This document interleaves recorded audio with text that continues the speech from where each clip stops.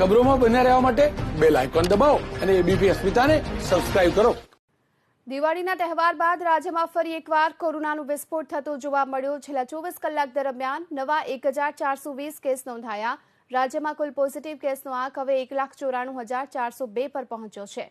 છેલ્લા 24 કલાક દરમિયાન જે કેસ નોંધાયા તેમાં 803 કેસ 8 મહાનગરપાલિકા વિસ્તારમાં નોંધાયા છે। સૌથી વધુ અમદાવાદ મનપામાં 305, સુરત મનપામાં 205 કેસ, વડોદરા મનપામાં 116, રાજકોટ મનપામાં 83 કેસ, જામનગર મનપામાં 20, ભાવનગર મનપામાં 9, જૂનાગઢ મનપામાં 13 કેસ અને ગાંધીનગર મનપામાં 52 કેસ નોંધાયા છે। આ સાથે વાત અમદાવાદ જિલ્લાની કરીએ તો અહીં 22, સુરત જિલ્લામાં 41, વડોદરા જિલ્લામાં 39, રાજકોટ જિલ્લામાં 54, જામનગર જિલ્લામાં 22 કેસ નોંધાયા છે। મૃત્યુની વાત કરવામાં આવે તો છેલ્લા 24 કલાક દરમિયાન રાજ્યમાં 7 દર્દીના મૃત્યુ થયા। હવે આ કુલ મૃત્યુઆંક વધી 3,837 પર પહોંચી ગયો છે। કોરોનાના કહેરની વચ્ચે જો કે રાહતના સમાચાર પણ આવ્યા। છેલ્લા 24 કલાકમાં 1,040 દર્દી કોરોનાને માત આપવામાં સફળ થયા।